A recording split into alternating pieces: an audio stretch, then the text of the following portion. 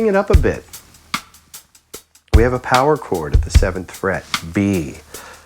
So it's okay. We're going to combine muting with that power chord. So we have the power chord here, but we mute the rest of the strings.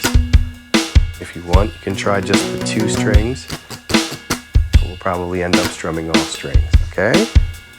Well, we will for now. Here we go. 16th note strums, B power chord. We have 1, 2, ready, go. 1 E and a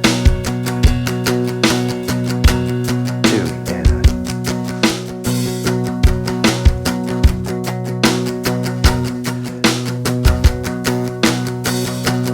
There will be a lot of adjusting right now, especially with the fretting hand. You may hear this. Just slowly keep that power chord, but try to let the other strings compensate for the open strings and just lightly put them there. There's a delicate balance here.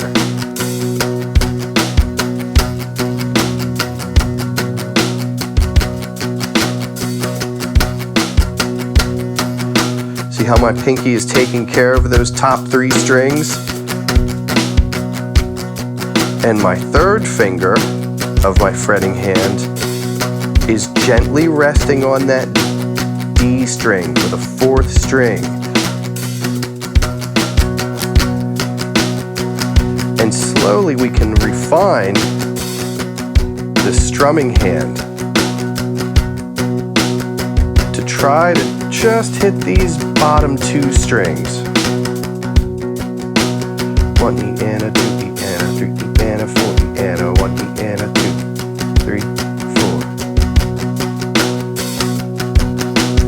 1 E and a 2 E and a 3 E and a 1 E and a 2 E and a 3 E and a 4 E.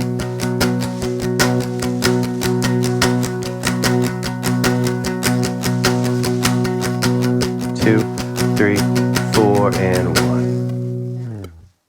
Excellent.